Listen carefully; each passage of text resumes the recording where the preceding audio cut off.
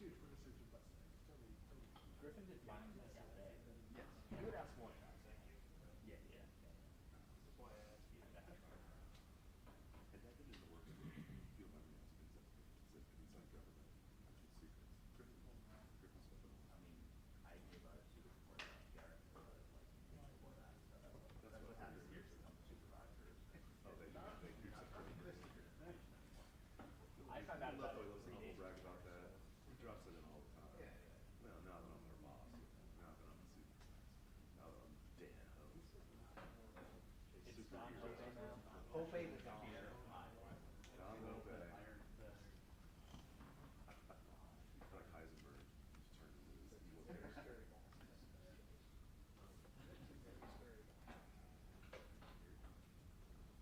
Dan Hope is the house.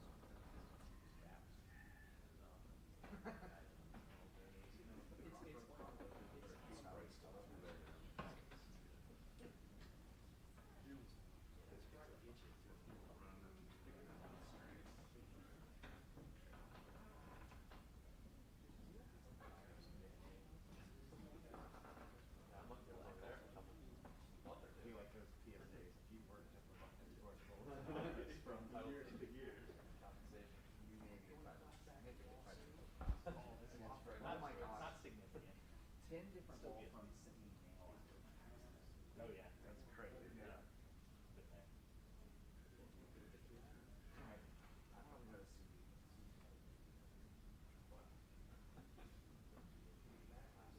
Jealous.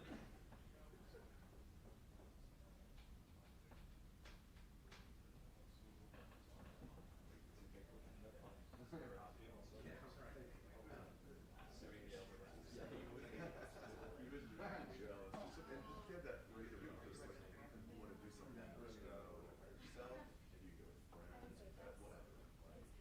Sure.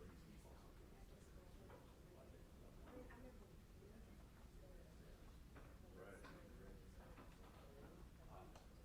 I remember you talking about that. It's like mostly vacation, that's what you're doing. Study, study down.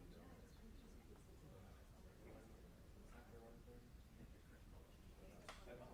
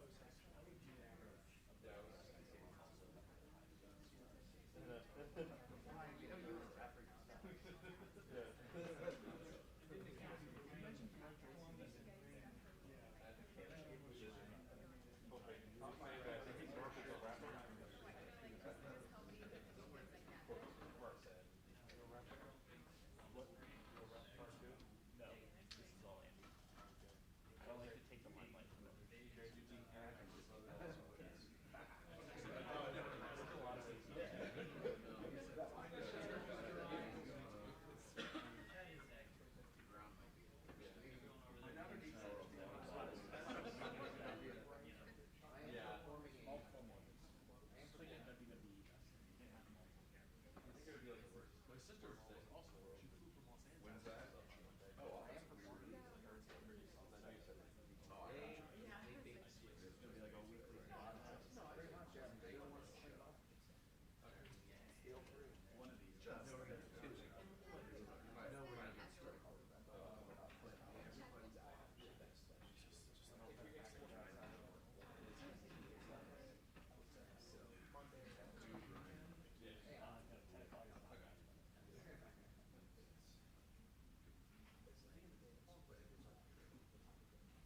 I think they wanted to see how How are you doing? I need this to be a low unit. Low, little screwed. It seems like you're prepared though. For not to. I don't have time for it. Got a lot of dishes. I could probably take it from here if you need to do something. Well, I just have If things. that happens, I probably know I was gonna want to get him all the time. He names I'm under his the third string center, Jake Jennings. I told them, I think he should come in and just literally whatever. Reddy's name is starting and pause. So you put something in the admin, unpublished. When it's something big like that, I'm scared to do it. Put it in the admin, unpublished. They call me if he's gonna like possibly need me to publish something. He's like, I dated it July 1st. What is it? He just puts things in the admin that need to be published. Because we're afraid we're getting skin in the actually like a lot.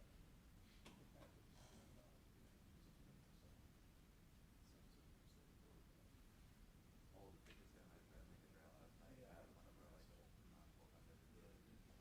so Dan's planning on doing that. I immediately looked. I thought you understood my thing. Something that adds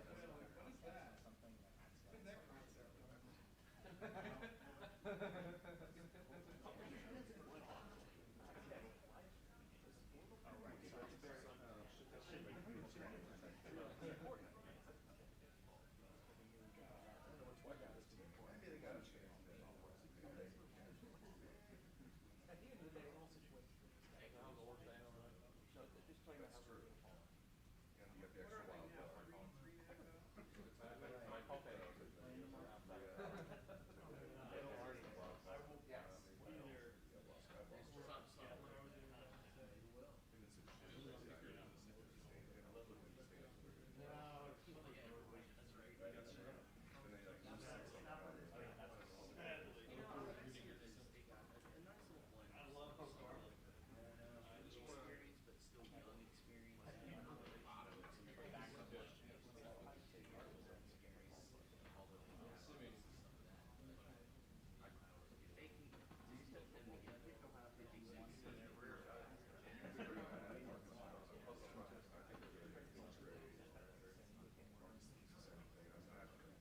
I'll be shocked they don't get the starting pitcher. That's right.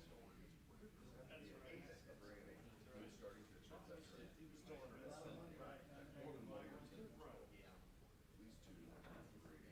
And you trade, you're gonna have to trade some good prospects, the guys don't want to walk like that. We've had some. Probably a couple of them. And then I have been in August.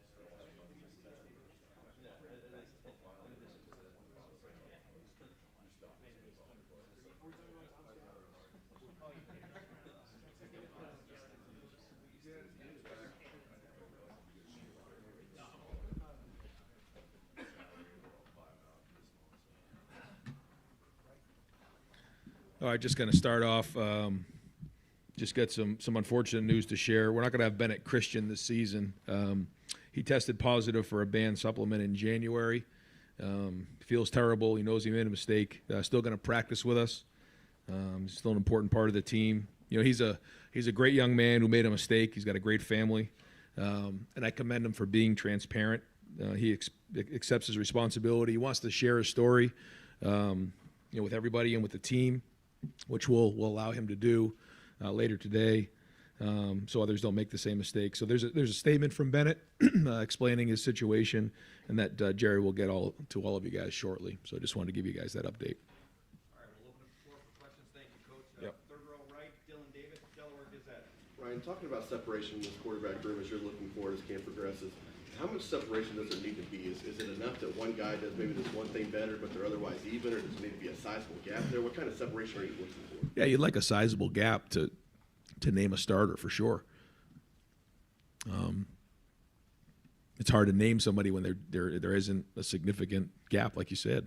So we're looking for someone to emerge. There's been good things. There's been things that they want back, and I appreciate their competitiveness right now. They're going at it every day. We are not ready to name a starter right now, and so the competition will continue this week. I guess following up on that, if it came down to playing two quarterbacks in Indiana, or picking one guy, would you still need to see that sizable gap, or would you go to a two quarterbacks? I think that's something we have to decide this week. Probably is that. Are we ready to, name somebody by the end of the week, or does the competition continue into the season? That's not ideal, but if that's where we're at, then that's what we'll do. Deep right, Spencer Holbrook, Letterman Row. Ryan, when you see Tywin Malone out there working with the defensive line and getting in the backfield, is that what you guys expected from him right away, or has he kind of caught you guys by surprise compared to what you thought getting from him almost instantly? Tywin Malone. Tywin is someone that we recruited out of high school who was a baseball player and a football player and split his time when he was in high school and at Ole Miss, and so, we felt like if he just completely devoted himself to football, we were able to get the best version of Tywin. And so we've seen so far flashes that he can do it, but it's going to go back to, you get to this point of preseason camp. I'm going to continually say this. It's about the consistency of doing it all the time. But we see the ability, and we know that if he shows consistency, that he can help us. Third row, left hand, Hope Levin Warrior. Ryan, we saw Josh Simmons at left tackle on Friday. Are you guys looking at him as the leader at left tackle right now? I think he's had some really good practices, and he's shown that he can be the starting left tackle. He has not won that job yet, but he has shown traits that make us believe that he can be that guy. And the other side, right tackle, are you guys looking at Josh Fryer primarily at that spot right now? Yeah, he's somebody that went, he's kind of gone back and forth a little bit. He's got flexibility that way. Some guys, they really struggle moving. DeJuan really struggled doing that. Some guys it's not as hard.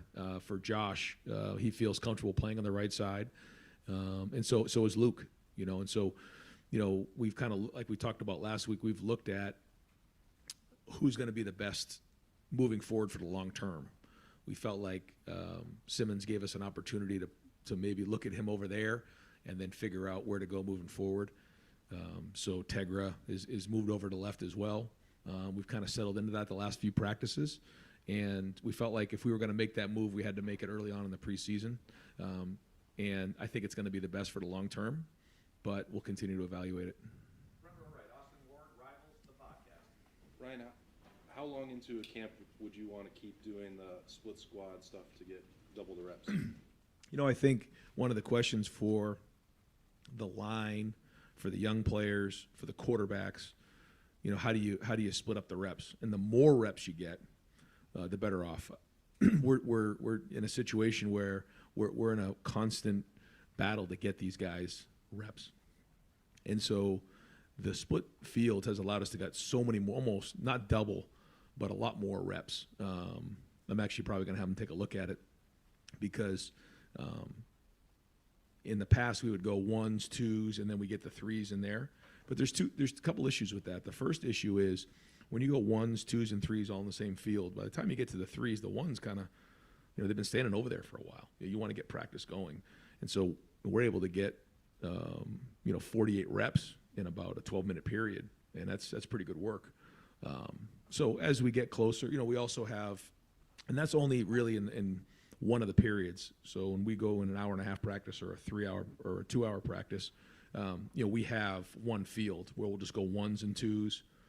We'll get a rack of threes, and then we'll come back ones and twos, and that's just all in one field. So we're combining them. One of the things that it's allowed us to do, having 120 guys in camp, is do that. In the past, when they capped it at 110, you weren't able to do that. So this has allowed us to get way more reps, and certainly as we get into the end of this week, next week and game week, then it certainly changes. But we've been able to get some really good on good work, but also a lot more reps than in the past. So, I'm not a coach, so obviously you're making these decisions from a different point of view. When you have situations like the second team offensive line against JT, and we only see 2 practices, so I know it's not that way all the time. Does the push to get the maximum amount of reps sometimes come at the expense of quality reps? And what's the balance in your mind? No, we get a ton of good on good work. Yeah. So, if you see a little bit of that, that's probably to find out if, our second team guys can block, give them an opportunity to play against the first team guys and see what that looks like. So we'll go 1s on 2s, 2s on 1, some, but mostly the work is good on good. Fourth row right, Cameron T. Robinson, The Athletic. Ryan, in the scrimmage on Saturday, is it something that you learned that you hadn't seen for CBC camp? No, not much that I learned. I thought, some guys really stepped up. I thought there was a physicality in that scrimmage that was great for the first opportunity to tackle. I thought we tackled well on defense. It was a couple of missed tackles, but it was good to get guys on the ground. It was good to see Evan Pryor get his feet back underneath him. I think he was feeling his way around the first couple drives and then really started to run better later on. I thought Cody Simon really showed up. He did some really good things. We did a champions. We kind of graded guys out and did a mock champions because we want to get guys in a rhythm of understanding. If you grade out 80% or higher, you're a champion, and that's the goal for the position coaches and their units for guys that grade out a champion. So we recognize those. But no, overall, I thought it was solid. I thought it was consistent with what we've seen in practice. Second row right, Nathan Baird, Cleveland.com. I just want to follow up on Bennett. That test was an internal test, and then that triggered some sort of mandatory. It was an NCAA test. Okay. Yeah. And what is the mandatory then? I guess he's out for a year. Season. Okay. Yeah. Can you go into a little more detail about what you saw from the quarterback play in the scrimmage? How were you, I guess, testing them in that capacity, and then what did you see from both of those guys? Yeah, in the format that we had, we had some move it. We had a first and second down situation where we run and play action pass, where we stayed up thud, and kept some of our guys out of the tackling situation that maybe had non-contact shoulders or different things, and that was solid. First and second down, I thought they did well. We then transitioned to a move it period where it was hot and cold. There was some things that were good. Didn't really see the consistency that you want out of a starter, but there was some good things. I moved the team down the field a couple times. So I thought there was some good things there. Then we went on to a third down period where, I think the defense did a great job there. There was improvement from the first few third down periods that we've had on offense, but still not where we need to be. There was a coming out period that I thought, for the most part, the quarterbacks took care of the job and did their part there. And then it went to the red zone, and it was okay. wasn't great on either end. So I guess the bottom line is, there was some good things there, but there was also some plays that they would want back. And so again, we're looking for the consistency there. And I keep going back to the fact that I don't feel like there needs to be extraordinary play. It's making the routine plays routinely and taking care of the football, period. I think we have to understand situational football. I think that's important. And then ultimately leading the team down the field. So those are the areas that we've been emphasizing, and the competition will continue this week.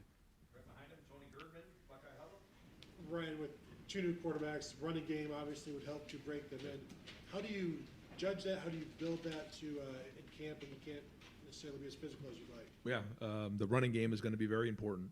You think about the first years for Justin and for CJ, it was important to have a good running game. We learned the lesson on that in the Oregon game, in my opinion, on offense. You have to be able to run the football when you get in the red zone, when you get in third down situations, first and second down. It sets up play action pass. So it's something that we've been spending a lot of time on, and I like our progress there, but we got to keep building on it. How do you know when it's good? You can tell. Just week in and week out, day in and day out, you just feel it. You know, I mean, it's the ball's getting to the second level. Trey's hitting the hole, the timing, the guy's rocking off the ball. You can see it when you're out there, and there's promise here. I mean, by the end of this week, you'd like to know where you're at in a lot of areas.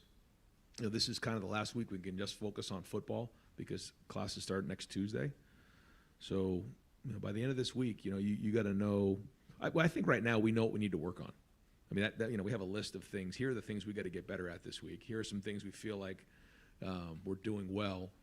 But I said to the staff, you know, by Saturday, you know, we need to have our identity kind of etched in stone on where we're at. And we say all the time, you have your fastballs, then you have your changeups and curveballs. But we better know where the fastballs are, and then continue to get better at the changeups and curveballs. Right next door, Rob Aller, Columbus Dispatch. Yeah, related to that, when you have an inexperienced quarterbacks, what's the focus or emphasis for the offensive line? Is the message you got to protect this guy? Is it pass protect? Is it we got to run? Is it a little bit of everything? I mean, you know what I mean? Yeah, I know what you're saying. I think the message for the whole offense is that, you know, whether it's the line or the receivers, is that, you know, they need a good picture of the quarterbacks. And the only way to get a good picture in the passing game is to, you know, space out the routes. It's to give them a good pocket. You know, it's to be clean. I mean, they have to be on their game early on for young quarterbacks. So I think that's important. But to your point, staying on schedule is going to be critical for young. You know, if you're behind the sticks, you know, anybody, you know, forget who it is, C.J. Stroud, and you know, that puts us in a bad spot. So we have to be efficient. We have to be good on first down, and that means, you know, running the ball for 4 yards or more, and then being able to execute efficiently. You know, the RPO game, the quick game, and then the play action pass. Far right, Justin Bulbrock, WCMH. Going back to the split field, I'm curious, have you seen leaders emerge where maybe they wouldn't have a chance to otherwise if they're in a setting where their voice, maybe they don't know how to find it, and then you have a guy that gets more comfortable when it's like that? Yeah, I totally see what you're saying, and I agree with it. I think what happens when you're, you know, the 2 or the 3, you just kind of sit back and watch somebody else do it, where when you're over there, like, it's fight or flight, you know, and I think, like, if, you know, you're, you know, Tegra Shabola and you know, you're now with the ones on that field, like, you got to do your job. There's nowhere else to go. And I have seen that. I've seen some guys step up in that matter because there's more of an expectation there. It's not like I'm going to wait for somebody else to come because he's not on this field. I'm the one on this field, and I got to go win this rep. Before the corners getting their hands on more balls, is that what you saw on Saturday too? Yeah. I mean, they're. I feel like right now we're more competitive than we've been in a long time at the corner. Behind him, Adam King, WBNS. Kind of going off the competitiveness from the defense. Obviously, you want to see your quarterback shine. How much merit do you give to the fact that the defense just looks that much better this offseason? Yeah, it's something you always go through this time of season, and the easy thing to do is to all of a sudden try to change your scheme because maybe, you know, one side's seen the other side so much. You have 15 practices in the spring, and then you have the 10 here. So now you're 25 practices in. It's the same thing over and over again, and so, you know, one side starts to anticipate what the other's doing, and so today I talked to the staff and then talked to the team about just going right back to day one fundamentals, because that's what it's going to come down to. It's going to come down to blocking. It's going to come down to getting off of blocks, and it's going to come down to toughness and running and hitting. So that's you know what we kind of went back at it today with, and we're going to continue to focus on that. Because there's going to be plays where, you know, an offense, the defense anticipates it, and maybe a corner sees a route that he's seen 20 times, he's going to jump it. Okay, that's part of the game. We're not going to all of a sudden start to out-scheme each other and get away from fundamentals, because that's ultimately what's going to matter. Go ahead. How much, I know you want to see your quarterback shine, you know, and all the drills and everything, but how much are you watching the locker room from afar and seeing who's kind of taking charge there and becoming leader there? No, that's everything. Yeah, I mean, it's every day. The leadership is challenged. We have a leadership committee. The locker room's right next to my office, so we're all in there all the time and talking to guys and getting a feel for it. I've said this before. I feel like we have a mature team that has leadership, and that has to count for something. So those guys have to, you know, show that leadership and be strong and call things out that need to be called out, because they know what it looks like. You know, when you're young, you don't know what it looks like. You know, you're just kind of playing football. These guys know what it looks like, and so, you know, that has to show up for us. Clay Hall, do we have Clay? You have running back pecking order. Is there a 1, 2, 3, 4, 5? And how would you play 2, 3, as many as 4 guys in a game, or no? I think first off, Trey has had a great offseason, and he's had a great first 10 days of practice. I think he looks fast. He's seeing the holes. He's involved on special teams. He's just overall, I can't say enough about the kind of work he's putting in right now. Now he's got to go do it, and I know he's anxious to get back on the field.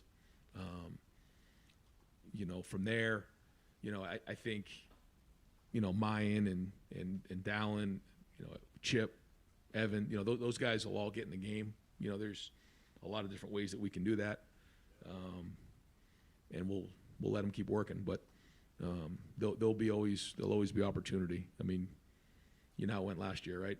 Usually around this time of year, everyone looks at the depth chart and says, how are you going to get all these guys reps? And we're halfway through the season and we can't find a running back. It's just kind of how it goes. So I know those guys are taking care of their bodies. They all want to be healthy and they all want to play. Fourth row middle, Pat Murphy, 24/7 Sports. Ryan, going back to the offensive line and in terms of how that impacts the quarterback, is it more difficult to find a new starting quarterback when you have the questions that you're still trying to answer on the offensive line? No, I know what you're asking. I think, no, I don't think that's going to affect the quarterback play. I think, the progress that's being made there. Yeah, I don't see that being an issue.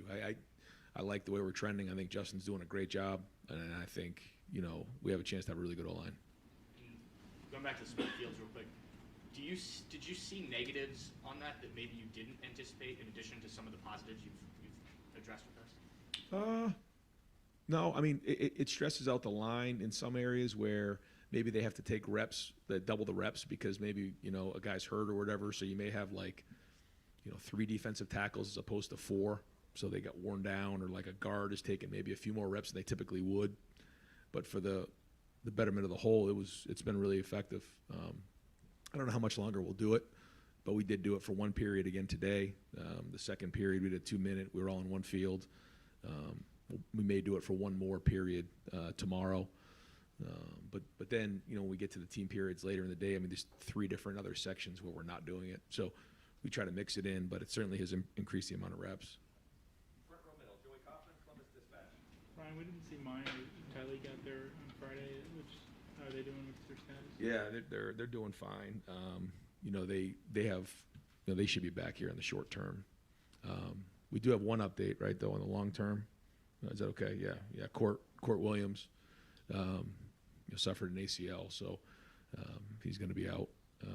Really, feel awful for Court. Just feel like he can't, catch a break. He's such a great young man, and so, prayers are out to him, and we're all rallying around Court. And want to ask about your situation at kicker. You have Carter and Jaden going for that job. What's the status of that competition? How are they doing? Are you close to having a guy there ready to field it? They're going back and forth as well. I think we probably will have a good idea where we're at. By the end of the week, we'll give them one more opportunity. But we're charting all the kicks, and the good news is we have 2 capable kickers there. But we probably need to decide who that's going to be here by the end of the week. Right behind it, Doug Lee Maurice, the podcast, Kings of Columbus. Ryan, could you have named a starting quarterback today if it had, or would this be maybe still kind of too early? Probably. Yeah, I guess if it was a different scenario, you'd probably be thinking in the next couple of days. Yeah. I mean, I think we were probably scheduled to do a press conference on Wednesday. That probably would have been about the right time. But, we felt like the right thing to do is have the press conference today just to talk a little bit about the scrimmage before, we get some of the other guys, with you guys. But that probably in, CJ or Justin's year, it was probably about that time. Practice, 12 or 13. But we're not there right now. So if it's 2 really strong quarterback candidates competing versus maybe 2 guys who are obviously good players but haven't quite gotten there, how is that? I guess if you want to, which one is this here? But is that a different scenario? Like, man, they're both so good I can't decide, or neither has quite seized it, I can't decide. Is that a different decision-making Yeah, process? yeah. I mean, I think it's somewhere in between the two of those. You know, I do wish that, you know, somebody has really emerged. And I don't think it's right now where two guys are just blowing it out of the water and you're like, oh my God, I don't know who's going to play. But it's also not like they're not doing well either. I mean, there's really good play out there. There's ability, and you know, now we're just looking for the consistency. And you know, again, you know, so we'll practice 10 today. You know, so we still got 15 more before we play the first game. And you know, quarterbacks are funny that way. You know, sometimes you think you know, and then you're right. Other times you're not. But you try to trust what your experiences have been and what you see on film. And we chart everything. We look at the numbers and the analytics of it all. But we also get the eyeball test as well, the leadership. What are the guys on the team thinking? You know, I've asked already. You know, what do you guys think here? You know, it's the other coaches and the guys on defense. Just continually asking about what everybody's take is, because ultimately that's your leader. How much are you individually as the head coach talking with Devin and Kyle during? This is probably the only time I'm not talking to them right now. And what are you just trying to get a read on them? Are you imparting wisdom? Are you checking the All of the temperature? above. All of the Make sure above. you're okay in a tough battle? All of the above. Yep. Okay. Yeah. Yes. Front row left, Dave Biddle, 24/7 Sports. So Ryan, if it stays this close between Kyle and Devin, Yeah. I'm sure this is not what you want to happen. Is there a chance that you guys could go into the season playing two quarterbacks, or do you subscribe to the theory if we have two, we have none? Just is there a chance that could happen? I mean, sure. I guess there's a chance. I mean, we'll kind of figure it out, you know. And it's hard to play the what if, but we're getting closer. So, yeah. I mean, if someone doesn't emerge, you know, you got to come up with a plan. So, we have our head down and just trying to work, and we haven't made it, you know, any decisions right now. When we have to make a decision, we'll make a decision. And back to the scrimmage real quick.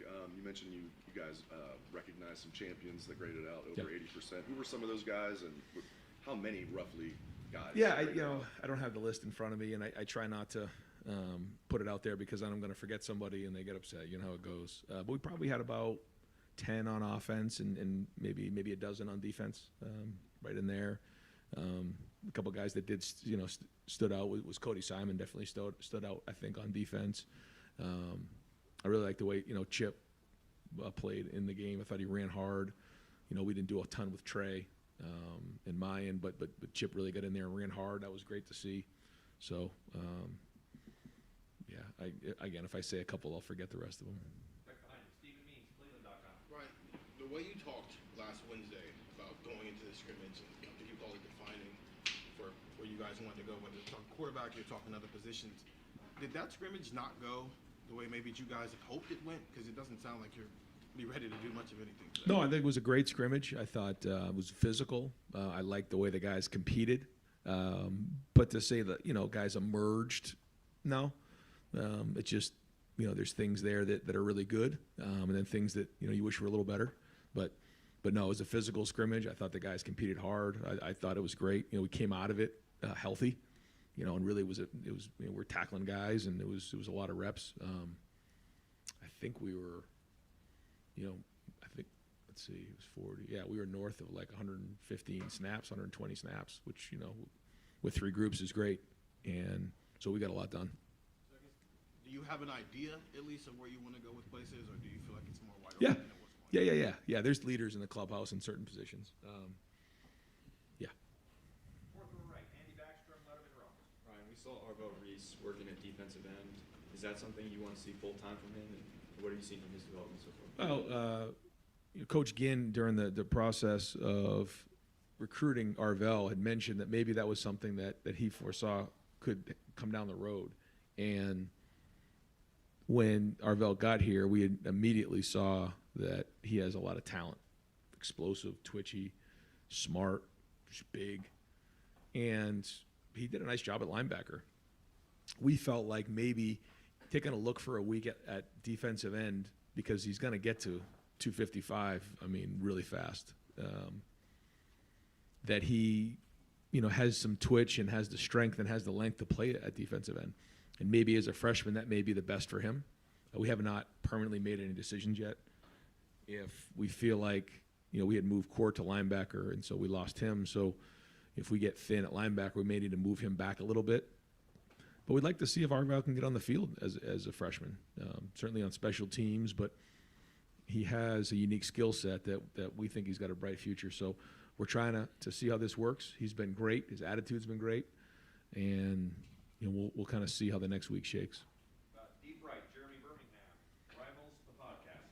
Ryan, you guys, you made it a point at Big Ten Media Day to talk about defensive line rotation and how you kind of want to pare down, but then we hear so much about Kenyatta Jackson and how he's taken such a major step up. How do you square those things? Is there a chance that maybe there's a world where Kenyatta is the guy starting opposite JT or Jack? I mean, how do you see that bearing out when you have different styles of defensive ends like that? Yeah, I think we want to have guys that can take a workload of a whole game at starter level. And the more guys that we have that can do that, the better we are. When you're young, you think about where, JT and Jack and Tyleek and Mike were. They played as freshmen, they played as sophomores. They were still young, and so were they able to take that workload? Not all the time, sometimes. And so that's been the challenge for that group, now the older group. But the more young players that can come on, great. And Kenyatta is coming on. He's doing a great job, and so is Caden Curry, and Mitchell Melton's been out there. So this is all encouraging, and I think that's part of what we're talking about with the two groups. You're getting to see these guys work against each other, and they're getting each other better. So, that's a good problem to have. It seems like there's a couple guys like Kenyatta, like C.J. Hicks, like Sonny Styles, who you look at them when they're out there, they move a little different. They maybe are a touch higher class of athlete, but then they haven't been as consistent. When you get to see C.J. and Sonny and Kenyatta in a scrimmage like Saturday, is that eye-opening for you guys as a staff to say, okay, now that the light's coming on, or is it a reminder that they're still young and need to, get more consistent? Yeah, when you see someone, run around, twitch, Arvell we were just talking about, I think you just mentioned some of those guys. Yeah, they just gifted. And when they can, we want to be competitive, we want to be tough, we want to be smart. And in order to anticipate and play smart, you have to really do a lot of the work, and you have to get reps. And the more reps you get, the more you learn. You're going to fail. We say to those guys all the time, the first time you jump on a bike, you didn't just drive your bike or ride your bike, you fell off. And so you're going to fail. How quickly can you learn from your mistakes? That's the challenge. And the only way to do that is to continually get reps, to learn and grow and get build. And so, some guys are further along than others. And but that's it. And then you have to make a decision somewhere along the process. Are these reps worth investing in this young man or not? Because some guys can get topped out for whatever those reasons are. I think all the guys you mentioned there have really high ceilings. Second row left, Steve Hellwagen, 24/7 Sports. Yeah, Coach, on Friday, we got to see something that we don't normally see at the end of practice. And Mecca Buka was with his split group on his field, kind of letting the offense know that they weren't playing up to their standard and everything, and reminded them that in 3 weeks we have to go try and win a game. Just, is that an example of leadership that you'd like to see, somebody who's been there, letting them know that it's not good enough just yet? Absolutely. And that's what coaches will talk like. But then when your players are starting to do that, they understand the standard of what it should look like. And that's when you got a chance. And that's what I was mentioning earlier about the leadership, guys who have been through, and that's a third-year guy, but he's been around, he's veteran. That class, that third-year class, they have some experience now. They have some maturity. But then you also have the fourth and fifth-year guys. And when it comes from the players and it's player-led, that's when you know you have something. So, when something doesn't go well, they can rally each other. And you have to work on that. I would challenge the leadership committee all the time. The only way to do that is to actually get up and speak in front of your peers. In today's day and age, as you know, everybody wants to be on their phone. It's a little different to get up in front of your peers and challenge them. And that's great for a Mecca to be able to do that. That's one example, but I've seen multiple guys do that. And we just need more of it, because we're going to have issues in the games. We're going to have moments on the sideline where we have to rally the team. Moments where there may be a game-changing play. We talk about sudden change this year a lot. When there's a sudden change, whether it's an explosive play or a change in field position, how are we going to respond? And it's one thing to come from the coaches, but it's another thing when it comes from the leaders. And so yeah, we're really trying to foster that. One other thing, the AP poll just came out, and you're at number 3 in this poll. Georgia, Michigan, Ohio State with 1 first-place vote, and then Alabama, LSU. Just any thought about, is this maybe a byproduct of people know about Marvin Harrison, they know about some of your high-end talent, and expect you to be in this race at the end of the season, or what do you think? I'm not sure. I just know that it's going to matter at the end of the season what kind of football we're playing. When we start talking about that part of it, because I don't really start looking at those things until we get to November, because it does matter as you get to November for sure. But none of that stuff's going to matter if we don't win early on. And we have goals this year, and the first goal is to beat Indiana. And so we're going to first check that box off and go from there. We're in stoppage time right now, but I'll try to get a few more. Stoppage. Fourth row, Andy Anders, 11 Warriors. Yeah, just Friday, something stood out, at least just from our perspective watching practice, or my perspective, was Kyle McCord's pocket presence. Seemed to have a sense of when to climb, when to evade the rush. Is that something you see as a strength of his, and where does Devin Brown stand in that area as well? I think it's something that all the quarterbacks are starting to figure out. You have to find the speed of the game, and you can't simulate a pass rush at all in the off season. You can throw routes on air, when those guys are out there on their own, and you can throw 7-on-7 or do different things. But to actually simulate, men trying to come in and tackle you, and guys up front blocking, there's a lot that comes with that. And so having the ability to see the coverage, see the routes, but feel the pocket is something that's learned. You don't just wake up one day and figure that out. And so we're really trying to force those guys to stay in there and feel that pocket, because there's times to escape and there's times to slide and buy yourself time. We show film of Brady. He couldn't really scramble, but he found time in the pocket. How? Because he would slide when that was appropriate, to buy himself time in the pocket and find the soft spot in the pocket. And there's times where it's time to escape. And then you have guys like Russell Wilson and Mahomes, where they'll kind of slide up in the pocket and jump out for a couple seconds to extend the play, and then give those receivers just another tick or two to find the ball. Or and then you have guys who just escape and go scramble. Those are all parts of the conversation, and this is not something you're born with. I mean, some guys have a good feel for it, but you got to coach it, and it's something that we talk about all the time right now. And then also finding the speed of the game is important. Sometimes as quarterbacks you're like a step slow. Sometimes you're a step fast. There's a rhythm and a speed of the game that we have to talk about all the time as we're bringing these guys along. Second row right, Bill Landis, Rivals, the podcast. Ryan, just to follow up on offensive tackle, you think it is unlikely that you'll flip those guys back? You think Pryor and Luke are going to stay on the right side, Tegra and Josh Simmons are going to stay on the left side moving forward? Yeah, I don't think we made a final decision on that, but if I had to project that, I would say yes. Any kind of separation at center with Carson and Vic and Jacob coming out of the scrimmage?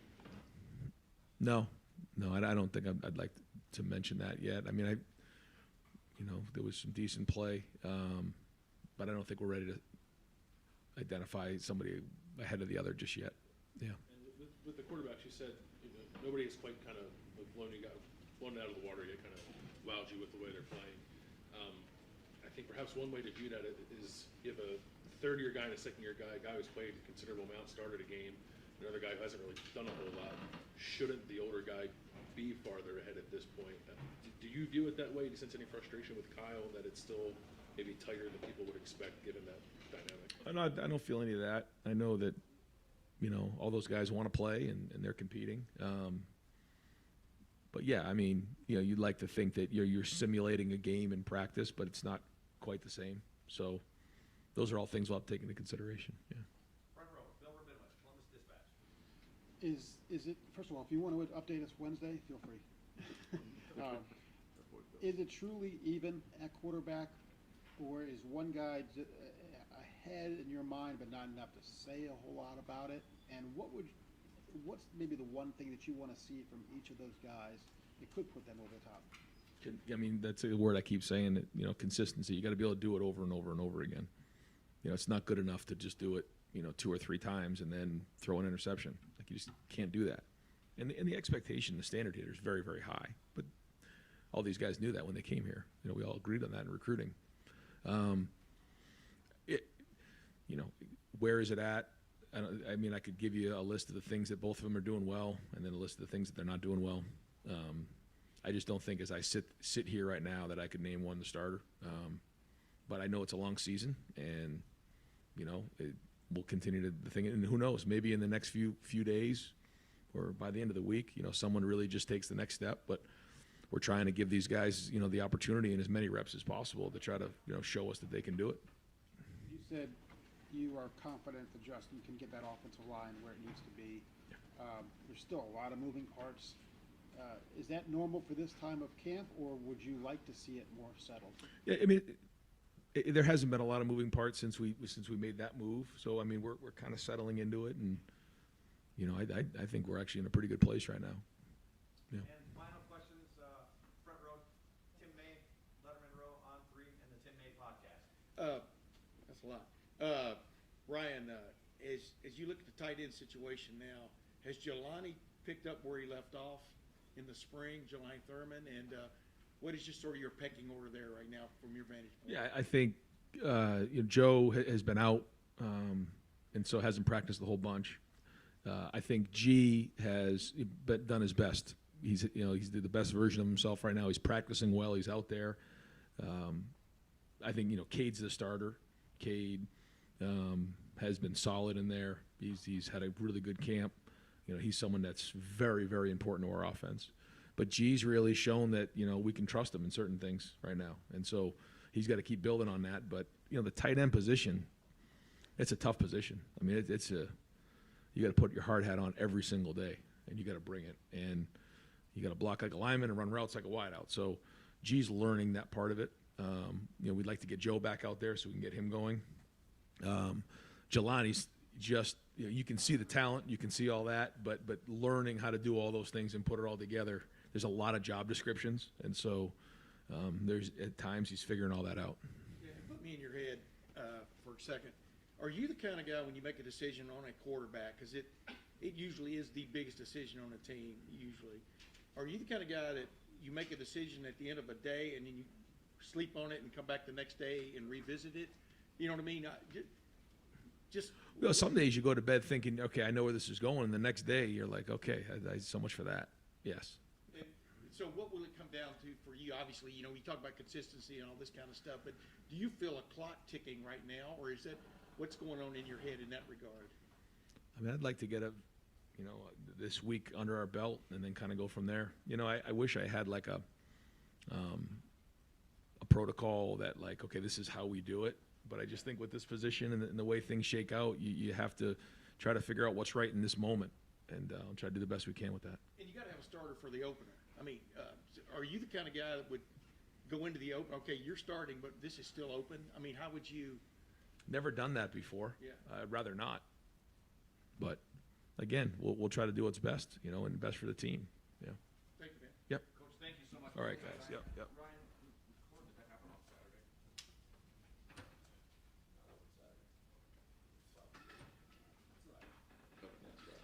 Thank you. All right, folks, we'll close down the team room here at 1 o'clock, so you got 40 minutes. That was a season high today, 46 questions in 39 minutes. Hey, I appreciate your stoppage time. I don't.